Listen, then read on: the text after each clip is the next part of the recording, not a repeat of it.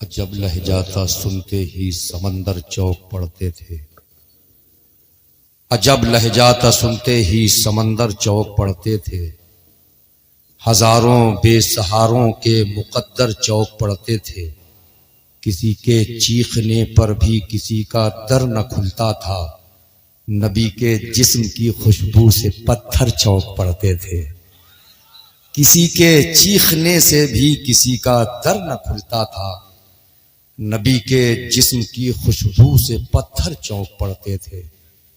جناب حافظ اویس رضا مشہور زمانہ کلام استاد زمن کا پیش کر رہے تھے، بہت اچھے شعر جس کے آپ لوگوں نے سنے۔ اللہ سب کو نعت رسول سننے کے ثواب سے مالا مال فرمائے۔ جتنے لوگ بیٹھے ہوئے ہیں ذرا اپنے ہاتھوں کو اٹھا کر بولیں یا رسول اللہ۔ دامن وقت میں گنجائش بالکل نہیں ہے، میں بس ایک شعر پڑھتا ہوں، اس کے بعد آگے کے سفر کو طے کرنا چاہتا ہوں۔ ماشاءاللہ تمام یہ حفاظ علماء تشریف رکھتے ہیں، بہت مضبوط قلم کار، بہت مضبوط قلم کے مالک محترم بھائی الحاج قاسم جمالی صاحب بیٹھے ہوئے ہیں۔ ان کے سامنے شعر پڑھتے ہوئے تھوڑا سا ہچکچاہٹ سی ہوتی ہے۔ قاسم بھائی شعر سنیے گا، میں یہاں سے شعر پڑھتا ہوں کہ جب سے نظر میں گنبد خضرا بسا لیا۔ یہ فیضان مصطفیٰ کانفرنس ہے اور میرا اپنا ایک مزاج ہے کہ میں موضوع پر زیادہ سے زیادہ کوشش کرتا ہوں رہنے کی۔ جب سے نظر میں گنبد خضرا بسا لیا۔ دوسرا مصرع سننے کے بعد اگر آپ نے سبحان اللہ کہا تو بہت اچھا، نہیں کہا تو آپ کو ثواب نہیں ملے گا، ہے کہ نہیں؟ جب سے نظر میں گنبد خضرا بسا لیا، حور و ملک نے آنکھوں میں رستہ بنا لیا۔ جب سے نظر میں گنبد خضرا بسا لیا، حور و ملک نے آنکھوں میں رستہ بنا لیا۔ اب شعر تو اس کے بعد آنے والا ہے۔ حور و ملک نے آنکھوں میں رستہ بنا لیا۔ اویس بھائی جب سے نظر میں گنبد خضرا بسا لیا، حور و ملک نے آنکھوں میں رستہ بنا لیا۔ ارے بینائی اب نہ جائے گی تا زندگی میری، آنکھوں کی پتلیوں میں مدینہ بسا لیا۔ بینائی اب نہ جائے گی تا زندگی میری، آنکھوں کی پتلیوں میں مدینہ بسا لیا۔ آنکھوں کی پتلیوں میں مدینہ بسا لیا۔ بینائی اب نہ جائے گی تا زندگی میری، آنکھوں کی پتلیوں میں مدینہ بسا لیا۔ آئیے بڑی تیزی کے ساتھ اور بہت تیزی کے ساتھ جو خطیب ہندوستان کا سفر بھی کر رہا ہے، میں بہت ادب کے ساتھ محبت کے ساتھ خطیب ہندوستان، ناشر مسلک اعلیٰ حضرت، نوجوانوں کی دلوں کی دھڑکن، ثانیہ مفتی حماد رضا قادری، حضرت علامہ مولانا مفتی عبد المعید صاحب مصباحی سے گزارش کر رہا ہوں، حضرت اس گزارش کو قبول فرمائیں اور مسند خطابت پر تشریف لائیں، اپنے خطاب سے تمام سامعین کو مستفیض فرمائیں۔ آئیے زندہ دلی کے ساتھ اپنے ہاتھوں کو اٹھا کر کے نعرے کا جواب دیں، حضرت کا استقبال کریں۔ نعرہ تکبیر، نعرہ رسالت، مسلک اعلیٰ حضرت، فیضان مصطفیٰ کانفرنس، مدرسہ جامعہ عائشہ للبنات، مدرسہ جامعہ عائشہ للبنات، آمد حضور قائد ملت، آمد حضور انیس المشائخ۔ السلام علیکم ورحمۃ اللہ وبرکاتہ۔ وعلیکم السلام ورحمۃ اللہ۔ نحمده ونصلی ونسلم علی رسولہ الکریم، اما بعد فاعوذ باللہ من الشیطان الرجیم، بسم اللہ الرحمن الرحیم۔ ان اکرمکم عند اللہ اتقاکم۔ سبحان اللہ۔ آمنت باللہ، صدق اللہ العظیم وصدق رسولہ النبی الامین المتین المعین الکریم، ونحن علی ذلک لمن الشاہدین والشاکرین والحمد للہ رب العالمین۔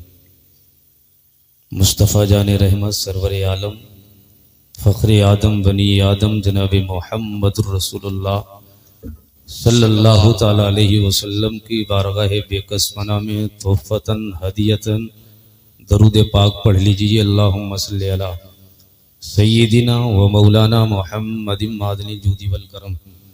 وآلہ وبارک وسلم صلاۃ و سلام علیک یا رسول اللہ صلی اللہ تعالی علیہ وسلم۔ وقت میں اتنی گنجائشیں نہیں ہیں کہ بہت زیادہ آپ کو اپنی بات بتائیں، تھوڑا سا وقت ہے ہمارے پاس، اور مجھے ابھی یہاں سے 90 کلومیٹر کی دوری پر جانا ہے۔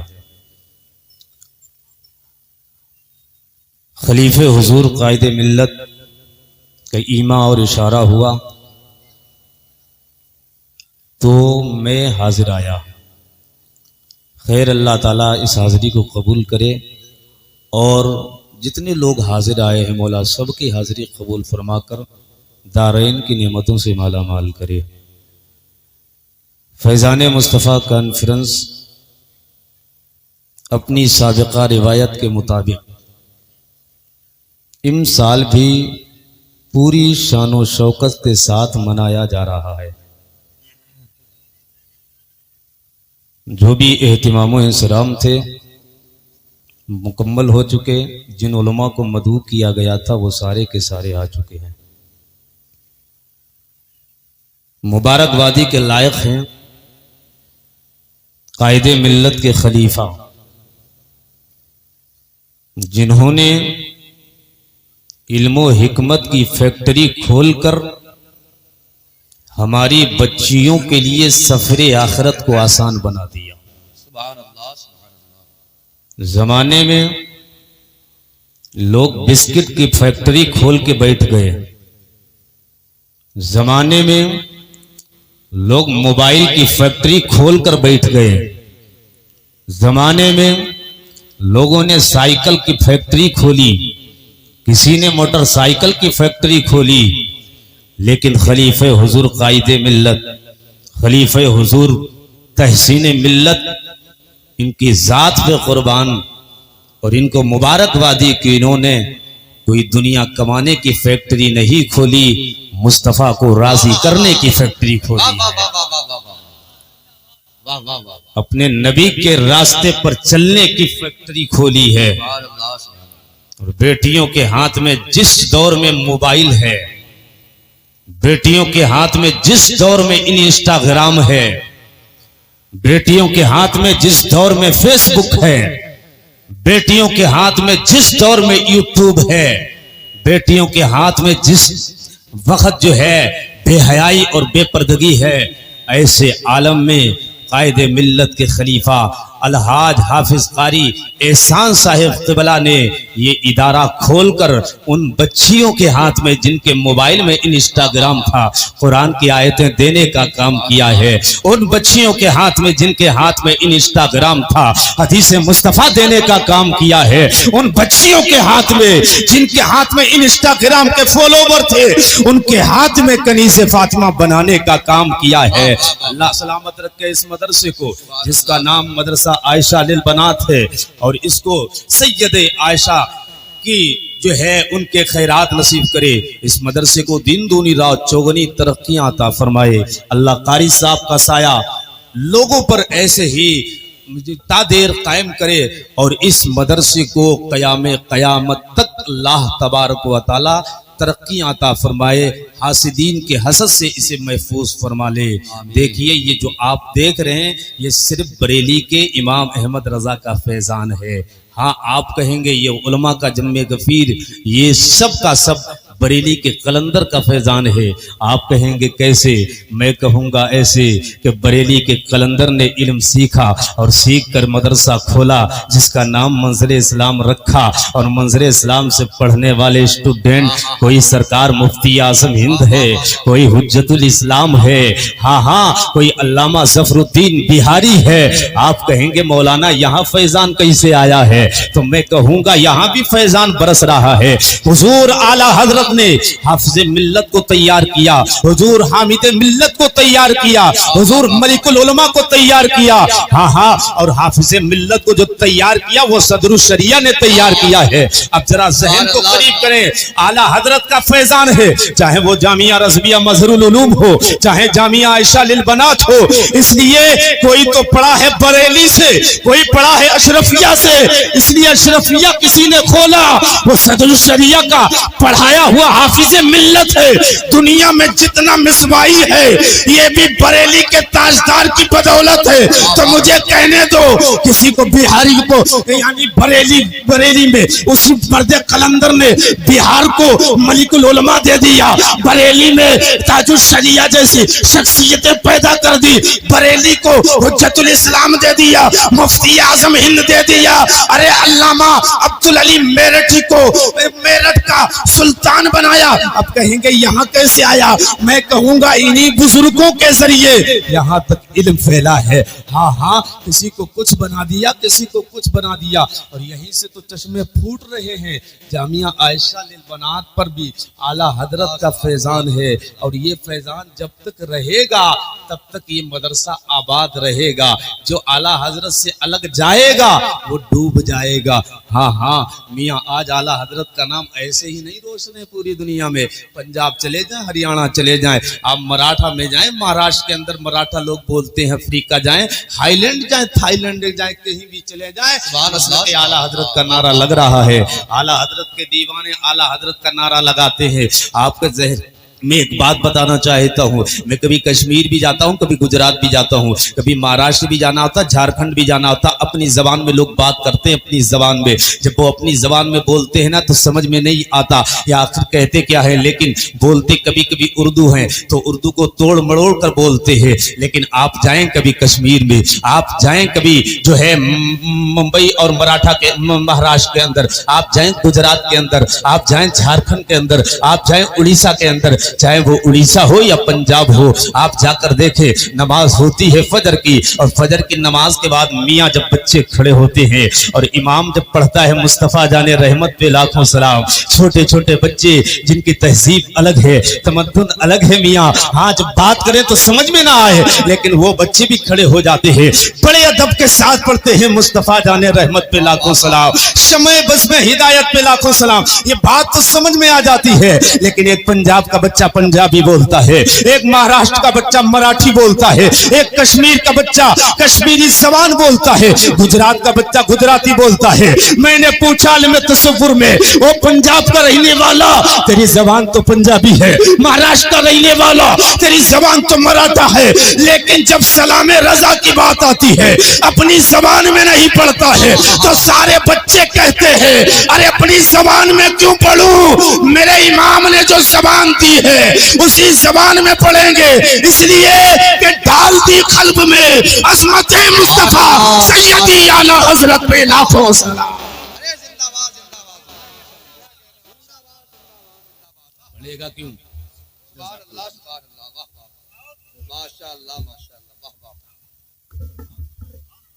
تو یہ عشق کے جام میرے امام نے پلائے ہیں، اعلیٰ حضرت نے پلایا ہے مجھے، اور مجھے اعلیٰ حضرت سے کوئی الگ کرنے اور سمجھنے کی کوشش بھی نہ کرے۔ زندہ باد زندہ باد۔ اس لیے کہ ہمیں جو بھی ملا ہے وہ کہاں سے ملا ہے؟ ہمیں مفتی اعظم ہند ملے، کہاں سے ملے؟ اور اعلیٰ حضرت کہاں سے ملے؟ کہاں سے؟ ماریرا سے۔ یہ چھوٹے چھوٹے پلیٹ فارم ہیں، مرکز تو مدینہ ہے، سب کچھ تو مدینے سے ملا ہے۔ سرکار مفتی اعظم ہند ملے تو مدینے سے، کس سے ملے؟ حضور سے ملے، حضور سے۔ سمجھ رہے بات؟ سب تو حضور سے ملا نا، چاہے وہ مفتی اعظم ہند ہو، چاہے وہ تاج الشریعہ ہو، چاہے تو وہ قائد ملت ہو، چاہے وہ علامہ تحسین ملت ہو، چاہے وہ حافظ ملت ہو، چاہے وہ صدر الشریعہ ہو، چاہے وہ حبیب ملت ہو، یہ سب کچھ ہمیں ملا ہے یہ سب مدینے سے ملا ہے. ہاں میاں، جس کو جو عزتیں ملتی ہیں یہ بھی مدینے سے ملتی ہے، جس کو جو شہرتیں ملتی ہیں یہ بھی مدینے سے ملتی ہیں، جس کو دانا ملتا ہے یہ بھی مدینے سے ملتا ہے، جس کو کھانا ملتا ہے یہ بھی مدینے سے ملتا ہے. ہاں ہاں، ساری عزتیں تو مدینے والے کی چوکھٹ سے ہی ملا کرتی ہے. کون عزت دار بن سکتا ہے مدینے سے الگ ہو کے؟ کون عزت دار اور شہرت پا سکتا ہے مدینے والے کی محبت سے الگ ہو کے؟ نبی کی چوکھٹ سے عزتیں بھی ملتی ہے، نبی کی چوکھٹ سے شہرتیں بھی ملتی ہے. کون سی چیز ہے عزت والی جو حضور کی چوکھٹ سے آپ کو نہیں مل رہی ہے؟ یہ علماء نبی کی چوکھٹ سے ملے ہیں، حفاظ نبی کی چوکھٹ سے ملے ہیں. ہاں ہاں، ہر چیز تو مصطفیٰ کی چوکھٹ سے ملی ہے. کوئی پوچھے یہ آئی دولت کہاں سے ہے؟ کہہ دینا مدینے والے نے عطا فرمائی ہے. اولاد کس کے صدقے میں ملی ہے؟ کہہ دینا مدینے والے کے صدقے میں ملی ہے. اور زبان وہ استعمال کرنا جو بریلی والے نے استعمال کر کے بتائی ہے، اور اسی کی زبان میں کہنا کون دیتا ہے؟ دینے کو منہ چاہیے، دینے والا ہے سچا ہمارا. نعرے تکبیر، نعرے رسالت، مسلک اعلی حضرت فیضان امام اہل سنت، علماء اہل سنت، فیضان مصطفیٰ کانفرنس. نعرے تکبیر، نعرے رسالت. زور سے منشی طالب میاں صاحب قبلہ دامت اور ذلہ زور سے علی و نورانی منبر نور پر جلوہ افروز ہو رہے ہیں. یہ ہم سب کے لیے انتہائی خوشی کا موقع ہے، خوشی کی بات ہے. اللہ سلامت رکھے، حضرت کا سایہ تا دیر ہمارے سروں پر قائم رکھے. حضور منشی ملت حضرت منشی طالب میاں صاحب قبلہ دامت ذلہ علی و نورانی. نمبر شریف پر آپ دیکھ رہے ہیں منشی طالب میاں صاحب کی جلوہ گری ہوئی، انہی کے ساتھ مفتی غفران صاحب قبلہ کی بھی جلوہ گری ہوئی ہے. یہ تمام تر علماء بیٹھے ہوئے ہیں. بس تھوڑی دیر اور بات سنیے گا. ہاتھ اٹھائیے دونوں حسین کے نام پر اور کہیے یا حسین. اور زور سے بول دیں یا حسین، یا حسین. مت سمجھنا ہاتھ اٹھانا کوئی آسان ہوتا ہے. جب ہاتھ اٹھتے ہیں زمانے میں انقلاب آتا ہے. بے شک انقلاب پیدا ہوتا ہے زمانے میں جب ہاتھ اٹھ جاتے ہیں. یہ ہاتھ جب اٹھے تب انقلاب پیدا ہوا. کربلا میں میرے حسین نے ہاتھ اٹھایا تھا، انقلاب پیدا ہوا. جس ملک میں آپ رہتے ہیں اس کو انڈیا کہتے ہیں. بولو کیا کہتے ہیں؟ انڈیا. دوسرا نام بھارت، تیسرا نام، ارے بڑے قابل لوگ ہیں، تینوں نام جانتے ہو؟ ارے ماشاءاللہ، جس ملک میں رہتے نام تو جانیں گے. تین نام ہیں اس کے، انڈیا، بھارت، ہندوستان. جس ملک میں آپ رہتے ہیں، ہم رہتے ہیں، سانسیں لیتے ہیں، یہ ملک ہے ہمارا، اور یہ ملک ہے بھارت. بھارت میں جب ہاتھ اٹھا تب انقلاب پیدا ہوا. بات یاد آ گئی ہاتھ اٹھنے کی تو بتا دوں. جب ہاتھ اٹھا تو انقلاب پیدا ہوا. اس بھارت کی ایک تحریک چلی تھی 1856 میں، اس کو تحریک بیداری کہتے ہیں. جب تحریک چلائی گئی، تحریک بیداری، تو معلوم ہے، تاریخ بتاتی ہے، کبھی علامہ فضل حق خیر آبادی نے ہاتھ اٹھا دیا تھا. علامہ فضل حق خیر آبادی نے ہاتھ اٹھایا، انقلاب پیدا ہوا.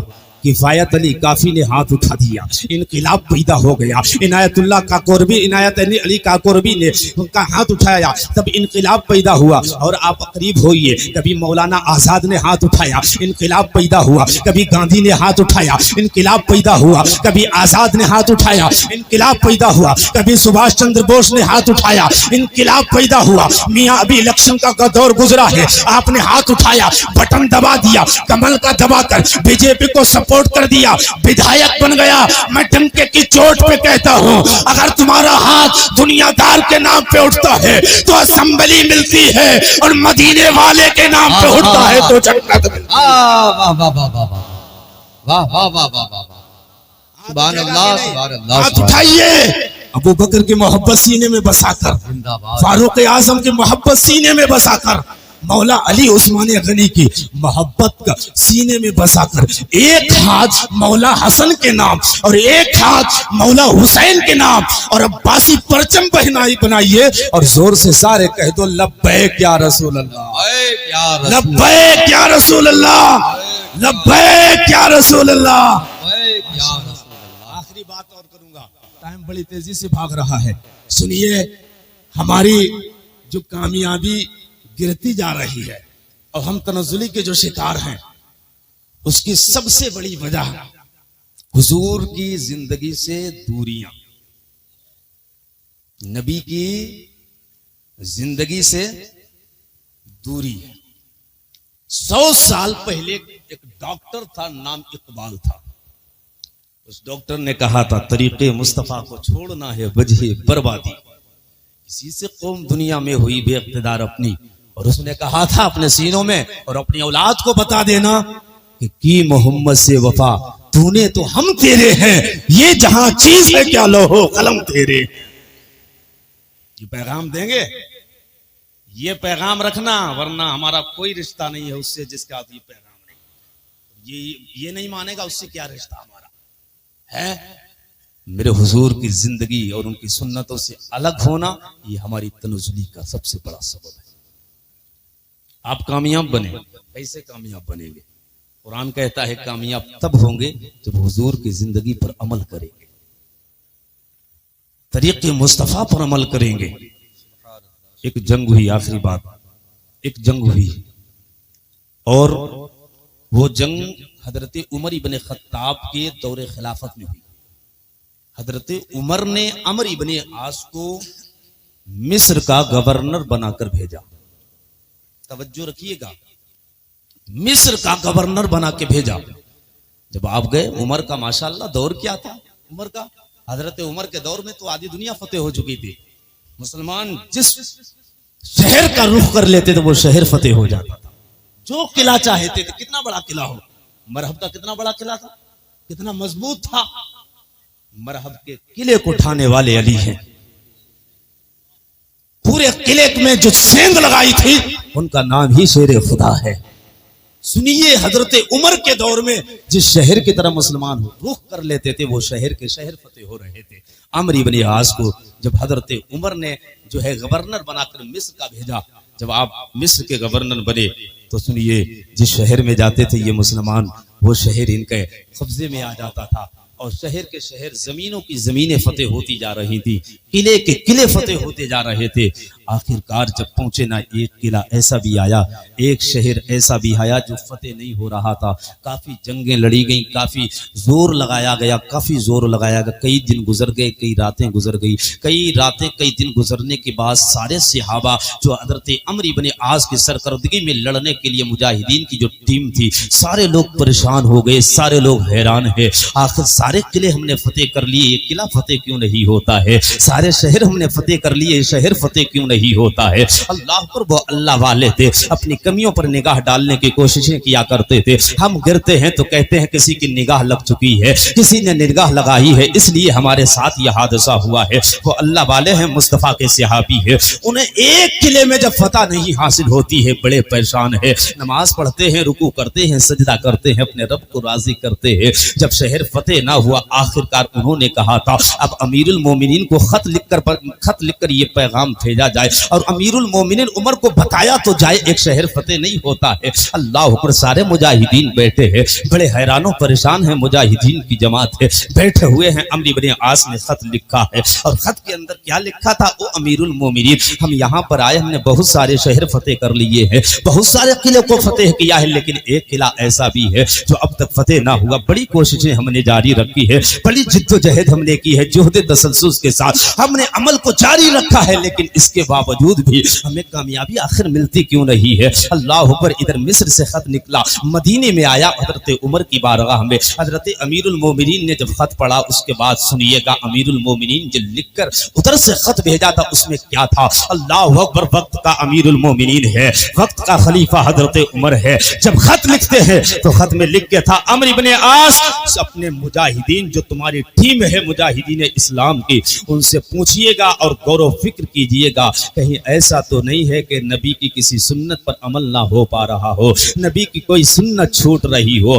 اللہ اکبر، جب آیا نا مدینے سے خط ہے، عمرو ابن عاص نے جب خط پڑھا ہے، اللہ اکبر، خط پڑھنے کے بعد سارے مجاہدین بیٹھے ہوئے ہیں۔ عمرو ابن عاص نے کہا تھا بیٹھو سنو، امیر المومنین کی طرف سے خط آیا ہے، غور کرو اپنی زندگیوں پہ، کہیں پانی تو سنت کے مطابق نہیں پی رہے ہو، کہیں ایسا تو نہیں کہ کھانا حضور کی سنت کے مطابق نہ ہو، طرز حیات سنت کے مطابق نہ گزر رہی ہو۔ سارے لوگ بیٹھے اپنی زندگیوں پہ غور و فکر کرنے لگے، دیکھا پانی ہم سنت کے مطابق پی رہے ہیں، کھانا نبی کی سنت کے مطابق کھا رہے ہیں، لباس سنت رسول کے مطابق ہے، زندگی سنت رسول کے مطابق ہے، بڑے حیران ہیں آخر وجہ کیا ہے، پھر فتح کیوں نہیں ہو رہی ہے؟ ایک صحابی کھڑے ہو کے کہتے ہیں ہاں ہم ساری سنتوں پہ عمل کر رہے ہیں لیکن حضور کی ایک سنت چھوٹ رہی ہے۔ کہا تھا کون سی سنت ہے؟ کہا ہم نے مسواک کر کے جنگ میں نہیں گئے ہیں، نبی کی یہی سنت چھوٹ رہی ہے، لگتا ہے اسی وجہ سے جنگ میں فتح حاصل نہیں ہو رہی ہے۔ اللہ اکبر، صحابہ نے قسم اٹھائی ہے کل جنگ بعد میں لڑی جائے گی، سب سے پہلے ہم مسواک کے لیے نکلیں گے۔ اللہ اکبر، رات گزری ہے تو عبادت میں گزری ہے، رات بندگی میں گزر رہی ہے، ہر ایک سجدہ کر رہا ہے، ہر ایک رکوع کر رہا ہے، رکوع کرتے کرتے سجدہ کرتے کرتے وہ مجاہدین کی جماعت رات بھر عبادت کرتی ہے، صبح فجر کی نماز جماعت سے ادا کی ہے۔ اب صحابہ نے کیا کیا ہے؟ اللہ اکبر، صحابہ کرام کی زندگی ذرا غور سے سنو۔ صحابہ کرام نے سب سے پہلے میدان جنگ میں جانے سے پہلے مسواک اپنے اپنے ہاتھ میں لیے ہیں، جب مسواک ہاتھ میں پکڑے ہیں کہا اب نہر کی طرف چلو، قلعے میں بعد میں حملہ کریں گے، پہلے نہر پہ جا کے ہم سب مسواک کریں گے، حضور کی سنت پہ عمل کریں گے۔ اللہ اکبر، عمرو ابن عاص کی سرکردگی میں چھوٹا سا قافلہ ہے، مسواک ہاتھ میں اٹھائے ہیں، اسی قلعے کی طرف جاتے ہیں، وہیں سے ایک نہر گزر رہی تھی۔ اللہ اکبر، انہوں نے ہاتھ میں مسواک اٹھائے صحابہ نے، اب اپنے ہاتھ سے جب مسواک کرنا شروع کیا، قلعہ کریم میں تھا، قلعہ میں یہودیوں کے جو فوجی تھے، سپاہی تھے، دیکھ رہے تھے اور دیکھ کر بڑے حیران ہیں آج مسلمانوں کو کون سے ہتھیار ہاتھ آ گئے ہیں، ان کے ہاتھ میں ایسے ہتھیار، یہ تو اپنے دانت پہنے کر رہے ہیں، دانتوں کو تیز کر رہے ہیں۔ ان فوجیوں نے دیکھا، دیکھنے کے بعد بڑے حیران ہیں، بڑے گھبرا گئے، انہیں ایسا لگتا ہے کہ مدینے سے ان کے لیے نیا ہتھیار آ چکا ہے۔ ان سپاہیوں نے گھبرا کر بڑی تیزی کے ساتھ قلعے کے اندر چلے گئے، اپنے پادری سے کہا تھا کہ میرے پادری آقا جتنی جلدی ہو سکے مسلمانوں کے لیڈر کو امن کا پیغام اور امن اور صلح کر لو، اس لیے اگر صلح نہیں کرو گے وقت دور نہیں قلعہ فتح ہو جائے گا۔ لگتا ہے مدینے سے نیا ہتھیار آ چکا ہے، لگتا ہے مدینے سے نیا ہتھیار آیا ہے، اب کوئی بچے گا نہیں، دانتوں کو تیز کیا جا رہا ہے، اگر ان کے ہاتھ یہ قلعہ لگ گیا تو ہمارے ہاتھ میں ہتکڑیاں پڑیں گی، پیروں میں بیڑیاں پڑیں گی، ہاں ہاں پھر کوئی نہ بچے گا، جس سے جلدی ہو سکے ان سے صلح کر لی جائے۔ اس کے بادشاہ جو تھا نا، اس کے بھی سمجھ میں آ گیا